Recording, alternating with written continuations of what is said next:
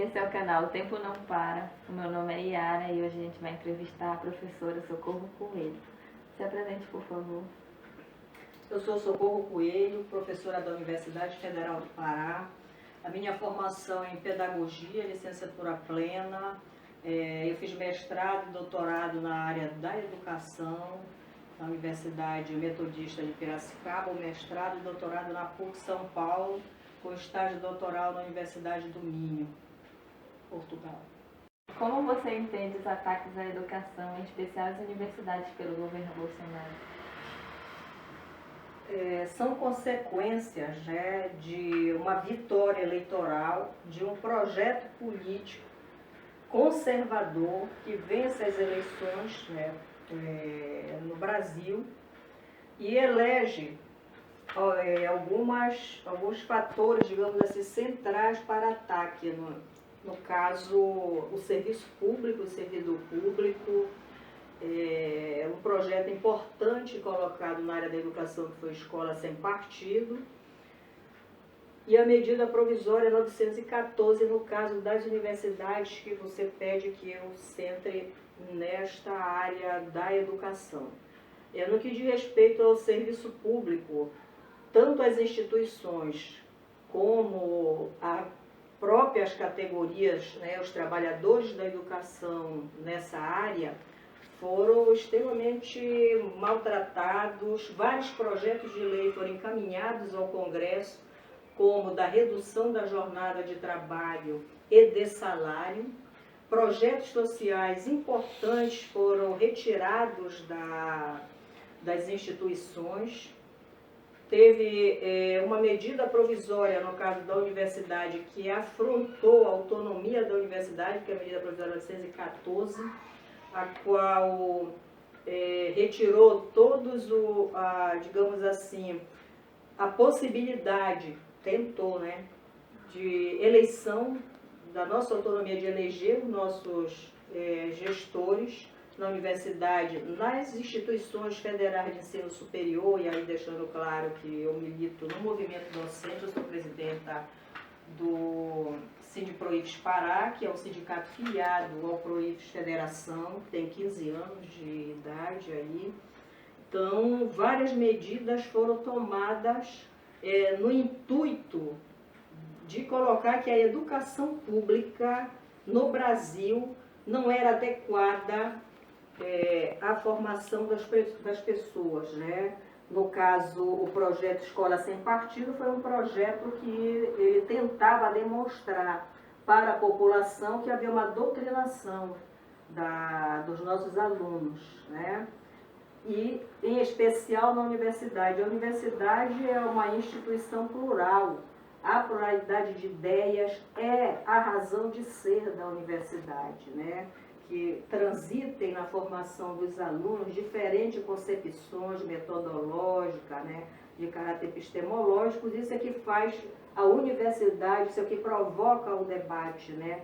A ciência se coloca ali a partir dos diferentes olhares na formação das pessoas, no caso dos nossos alunos. Então, nós tivemos ataque no sentido de programas sociais importantes terem sido retirados de pauta. Por exemplo, eu destaco um programa importante como o PAFOR, que contribuía com a formação de professores de educação básica. Esse programa foi praticamente extinto, quase, né?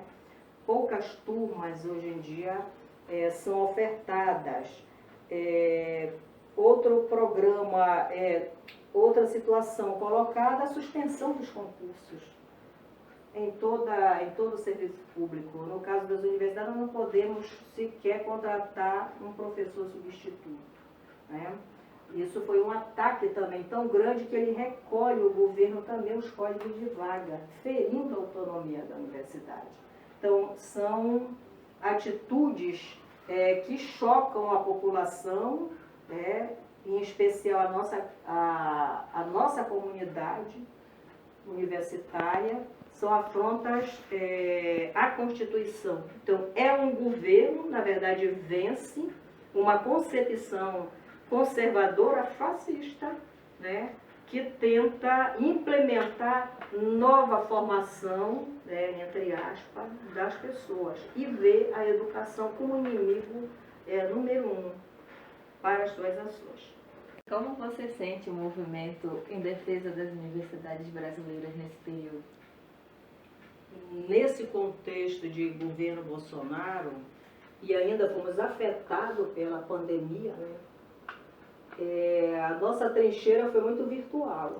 Então nós elegemos, digamos assim, uma trincheira virtual e o foco no Congresso, uma vez que a rua, por questões, né, da pandemia e por o movimento sindical, elegeu a vida em primeiro lugar, né? E nós temos, na verdade, um presidente que está na contramão do mundo, uma vez que é o único no mundo que não segue as orientações da Organização Mundial de Saúde. Então nós tivemos que trabalhar ali, enquanto a rua não podia ser a energia, a força da resistência, nós tivemos que ir para a trincheira virtual, uma coisa nova para o movimento docente, para o movimento sindical, para todos os movimentos em geral. Eu quero destacar que é uma situação nova, sem precedentes, o que ocorreu no mundo, né? O mundo paralisou a economia, a arte, a cultura, a educação de forma significativamente, ou seja, a partir de agora um novo marco se inicia. E nós elegemos o Congresso como foco maior de pressão, uma vez que a maioria dos projetos era lá que tramitava.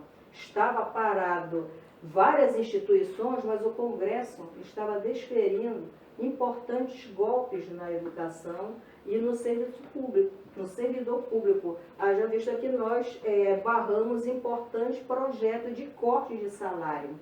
Tivemos vitórias nesse sentido, tivemos vitórias agora na Câmara com o Fundeb e estamos na luta para que passe no Senado. Então, nesse sentido, o movimento sindical, os movimentos sociais tiveram que reaprender, ou aprender, criar, inventar uma nova forma de resistir contra esse desmando. Ou seja, novas narrativas foram colocadas, conseguimos fazer uma frente importante de sindicalistas dentro do Congresso, com forte pressão dos parlamentares nas bancadas no Estado e lá dentro, e conseguimos fazer com que eles ficassem impressionados. E aí eu queria destacar que, por exemplo, 2 ministérios ficaram à deriva, praticamente, que é o da saúde e da educação. Foi um desastre. Só para você ter uma ideia, tem comissões de trabalho no Congresso que estão tutelando o MEC. Até o ministro passado, foram verdadeiramente, não tem outra expressão, tutelados. Por quê? Um desmando total, sem política, irregularidades acontecendo. Então formaram a frente de defesa das instituições federais de ensino superior. Essa frente foi importante. No caso do PROIFES, nós atuamos muito com essa frente. Nós tivemos reuniões semanal do PROIFES com parlamentares dessa frente de defesa das instituições federais de ensino superior, e tivemos reuniões com a Comissão de Educação.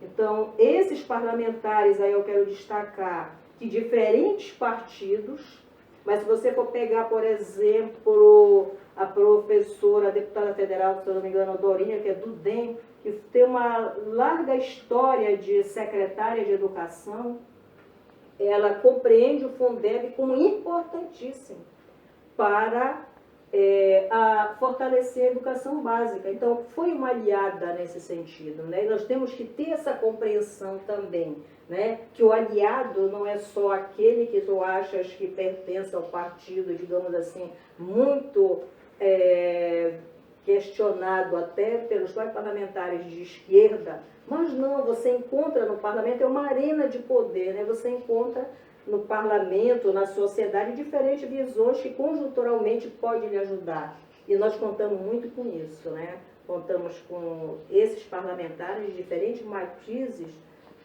partidária que nos ajudou a ter a vitória no Congresso e a pressão da sua base eleitoral, que foi o que nós conseguimos dialogar com essa base aí. Certo. E como a questão da democracia nas universidades brasileiras atinge a democracia brasileira? A democracia na universidade, ou a ausência da democracia na universidade, nas instituições federais de ensino superior, elas afetam significativamente a sociedade. Exemplo claro, a universidade na minha época de estudante era uma universidade elitista, excludente, autoritária, nas suas normas internas.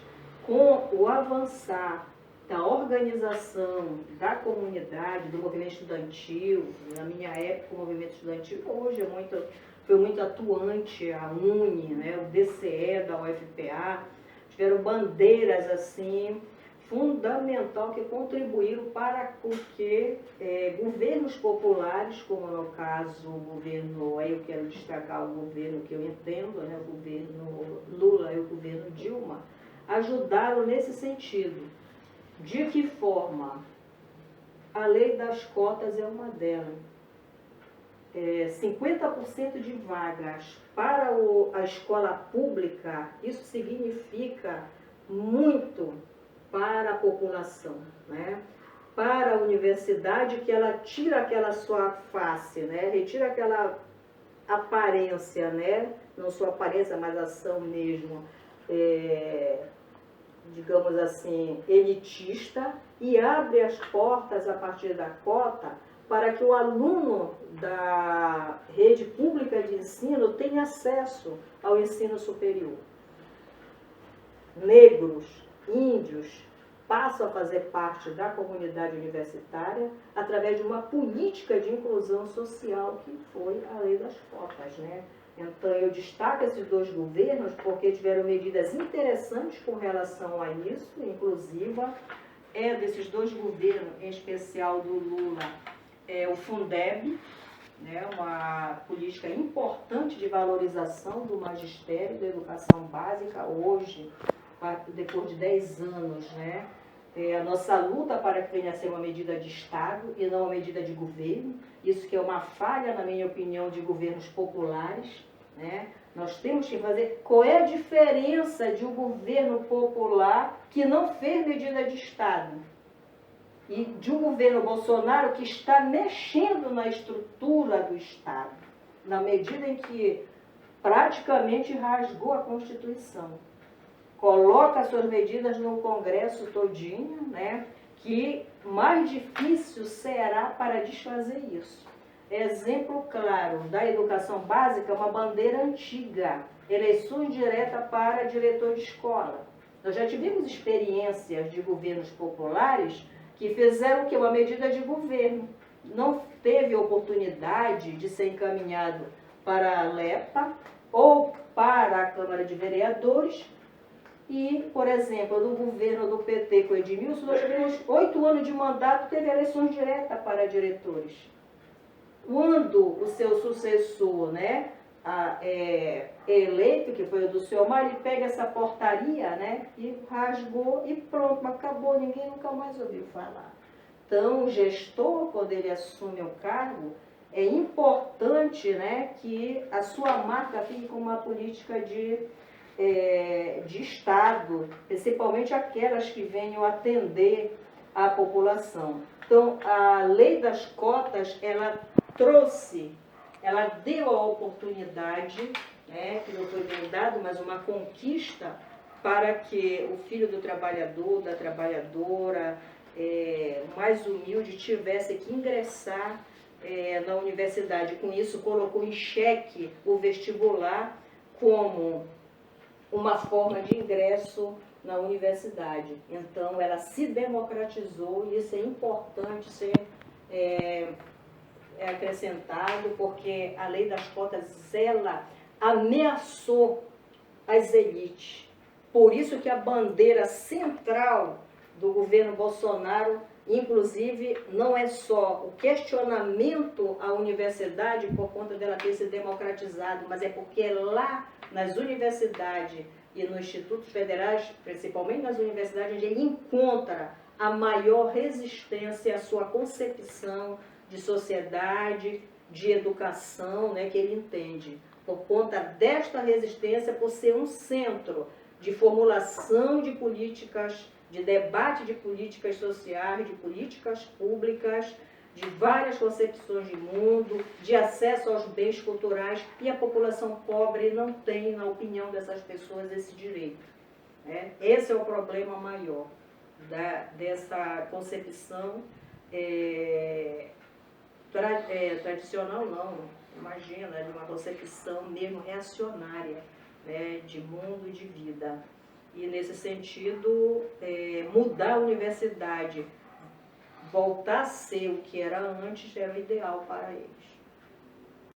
Então, professora Socorro, o que a senhora acha que deveria ser fortalecido para garantir a democracia nas universidades? Eu acho que, primeiro, os movimentos, né, sociais dentro da universidade têm que ter como eixo uma bandeira a ser abraçada de forma árdua mesmo, é a autonomia universitária. Acho que nos dois governos populares, que foi o governo Lula e o governo Dilma, deveria ter sido modificado. E aqui eu quero deixar claro que as pessoas dizem que foi um erro do governo não ter logo resolvido essa questão da universidade, né, de ter detalhado o artigo da Constituição, que diz que a universidade ela tem autonomia didática e científica, mas o detalhamento dele ainda carece, né, de uma ação maior, que venha realmente deixar a universidade exercer plenamente a sua autonomia. Eu acho que os movimentos sociais ligados à universidade também preferiram mais o grevismo contra o governo popular do que se preocupar com uma bandeira como essa e negociar. Por exemplo, nós do PROIST negociamos uma carreira. Dizem que nós somos sindicato que era de governo. Está aí mostrado que nós não éramos um sindicato de governo, uma federação de governo. Nós viemos com uma nova alternativa sindical que está aí dando seus primeiros passos. Nós negociamos uma carreira. Nós não tínhamos a carreira de associado. Carreira de titular você disputava em todas as universidades. Hoje não. De 2015 para cá, nós assinamos sozinho o acordo com o governo e trouxemos para, no caso da EBTT, o RSC, né, que é o reconhecimento da capacidade dos docentes, eles têm isso garantido, e nós trouxemos a carreira para o ensino superior. Tá? Então, não tinha associado, foi um degrau que alcançou, e titular. Então, foi uma conquista imensa que nós tivemos, hoje atacada já pelo governo Bolsonaro. Ele diz que ele vai mexer, né, desde o Temer para cá, que vai mexer na carreira. Então, a autonomia da universidade, ela está ameaçada demais. E essa é uma bandeira que, a meu ver, que tem que ser fortalecida, tem que ser pensada pelas três categorias. Tanto técnico, tanto professor e principalmente os alunos. A UNE tem que pegar essa bandeira, nós dos docentes, o técnico, e articular isso com o movimento social em geral. Hoje ficou bem claro nesse processo da pandemia, quando nós estávamos extremamente atacados, a sociedade viu. Quem foi que desempenhou um papel importante na linha de frente de combate ao coronavírus? Foram as universidades. Ficou em xeque que a ciência é importante, ela era duramente ameaçada. Estamos vivendo num mundo de obscurantismo, né? Onde se usa as igrejas, a imagem de Cristo, para inclusive fazer perversidades, né? Numa clara tentativa de ataque à ciência, aos cientistas, aos institutos, às universidades. Então ficou claro isso, né? Cabe à ciência descobrir a vacina, descobrir o remédio. As universidades deram uma resposta importante. Não foi o plano de saúde que pegou na sua mão naquele momento, muito pelo contrário. Os usuários foram para o Ministério Público pedir para ter acesso ao medicamento, para ser atendido. Foi onde foi o SUS. Duramente atacado, inclusive pelo ministro que estava naquele momento.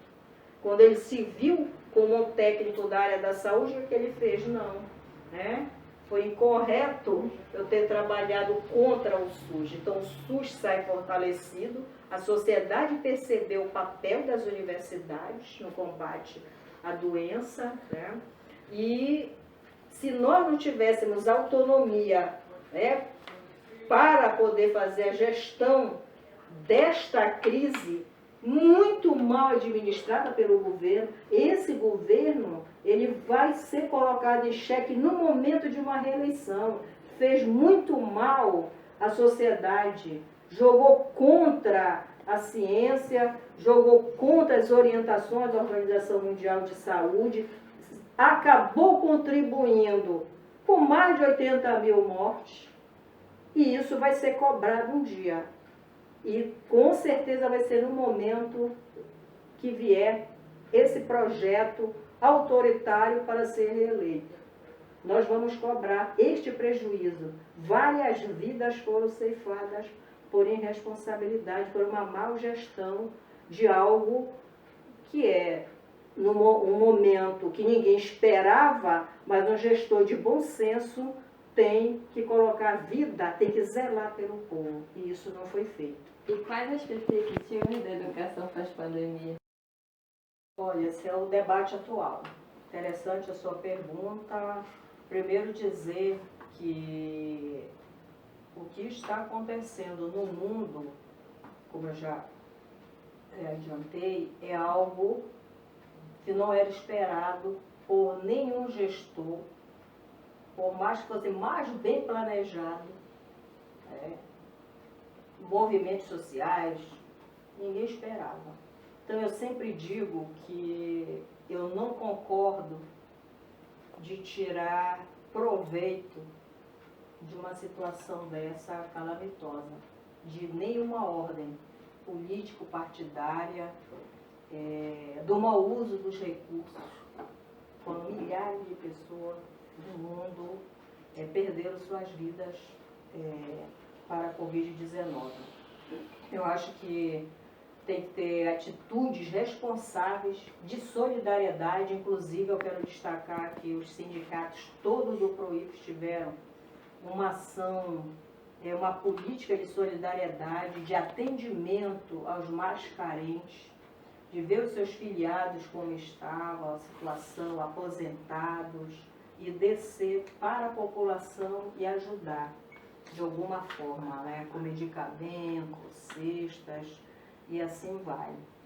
E, como eu já comentei, a área da educação ela foi afetada significativamente. Foi uma área que as portas das universidades e a educação básica, no geral, fecharam, para atender as organizações, as orientações,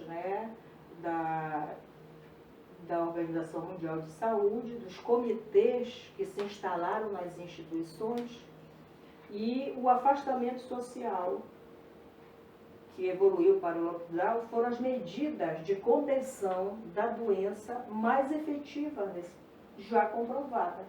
né, contestadas apenas pelo governo federal, pelo governo brasileiro. Então, as escolas, elas, digamos assim, neste momento de retorno, é que tem que ser tomada todas as medidas. Protocolo, como nós estávamos com o MEC sem comando, nós acabamos contribuindo, né, as universidades, Conselho Nacional, evoluir e começaram a debater junto com a área da saúde protocolos que venham ajudar a receber. Hoje o debate central, como é que eu vou voltar às atividades, né, das escolas, das universidades. Então o MEC já estabeleceu protocolos,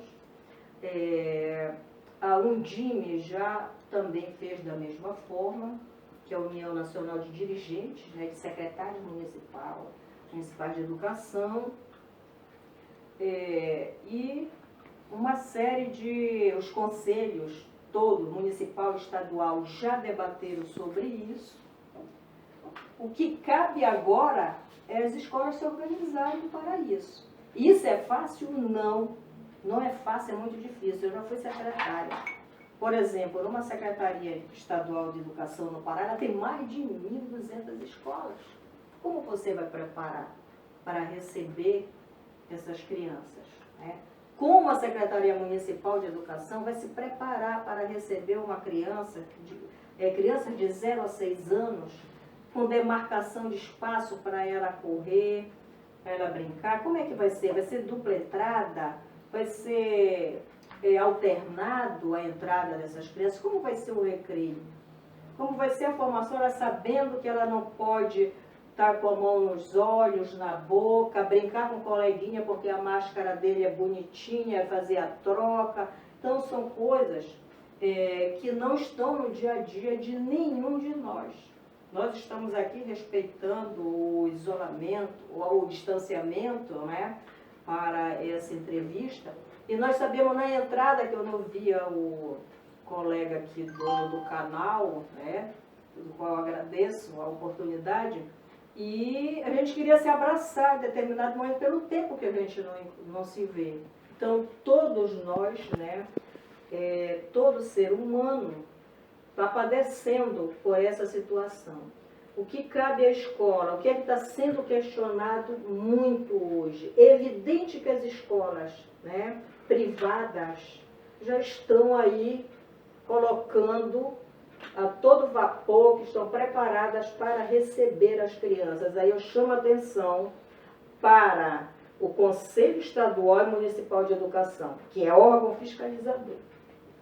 Tem que olhar se essas escolas estão realmente cumprindo os protocolos já estabelecidos no caso aqui, conjuntamente, Conselho Estadual e SEDUC. Como é que está sendo esse protocolo? As escolas fizeram já suas adaptações, banheiro, álcool gel está instalado pia. A redução, porque veja bem, você vai fazer enturmação ou não, você vai ter que reduzir. Uma turma de 50 alunos, por exemplo, do ensino médio ou universidade, como é que você vai fazer quando chegar o momento da aula presencial? Não vai. Então, a iniciativa privada, ela já era acostumada com o ensino à distância, mas isso é altamente questionado, principalmente pelos direitos autorais dos professores. Você apresenta uma aula hoje, e recebe por aquela aula, e aí ela se propaga pelas filiais, né, dos grandes centros de escolas privadas, e o professor se perde com isso. Então, hoje, no caso do terceiro grau, que você é uma aluna nossa da universidade, está sendo discutido o retorno de forma remota, porque está afastado qualquer possibilidade do ensino presencial, né? A não ser, nós temos um comitê na universidade que trabalha o mapeamento do vírus, né, o comportamento dele, faz projeções, e a partir da recomendação dele é que nós vamos retornar presencialmente. Então, nesse sentido, A aula remota está sendo um grande debate hoje. E aí a nossa defesa é que este retorno, mesmo que de forma remota, seja inclusivo, que dê condições para todos os nossos alunos que queiram fazer as atividades curriculares de forma remota, tenham acesso, banda larga, aos equipamentos eletrônicos, que dê condições de dar prosseguimento na sua vida acadêmica sem prejuízo, né? O que é difícil. E essa é uma defesa que nós estamos fazendo emergencialmente enquanto dure este processo, né, de pandemia. Não, as pessoas dizem assim, vai mudar, vai continuar? Não, porque os projetos pedagógicos dos cursos foram criados presencialmente. Então, não é assim. Por isso que está sendo discutido uma minuta na universidade, foi discutido no IFPA e a nossa ainda está em debate. Então, eu gostaria de agradecer a professora Socorro Coelho por ter aceito o convite para essa entrevista. Foi uma entrevista excelente, muito esclarecedora. E agora você pode fazer suas considerações finais. Eu que agradeço a oportunidade de um canal jovem, né? Aliás, um bebê, um canal ainda iniciando, trazendo temas importantes para a sociedade paraense e para o mundo. É um momento em que nós temos que debater essas situações, né, pós-pandemia. Achei que foi uma oportunidade dada ao Sindipro-IFES de mostrar que na universidade existem outros olhares, professores que pensam diferente. Nós estamos aí dando a nossa contribuição. Nós temos uma cartilha orientadora sobre o retorno às aulas pós-pandemia, que está à disposição. E agradecer essa oportunidade, estou à disposição, é um momento pedagógico que nós estamos vivendo, estou aqui me senti bem rodeada de jovens, né? No momento em que a gente debate, né, assuntos tão importantes da vida, da educação, da cultura, da arte, da economia, que foi que acabou passando, né, perpassando aqui os temas abordados. Nós estamos ajudando com que a população tenha acesso a informações, conheçam outros pontos de vista. Eu sou professora de uma universidade, a pluralidade de ideias, para mim, eu defendo assim, de forma bem intensa. Então, eu agradeço, e se depender de mim, o tempo não para. Amigos do YouTube, esse é o canal O Tempo Não Para. Se inscrevam no canal, deem o like, compartilhe com seus amigos, vídeos toda sexta-feira.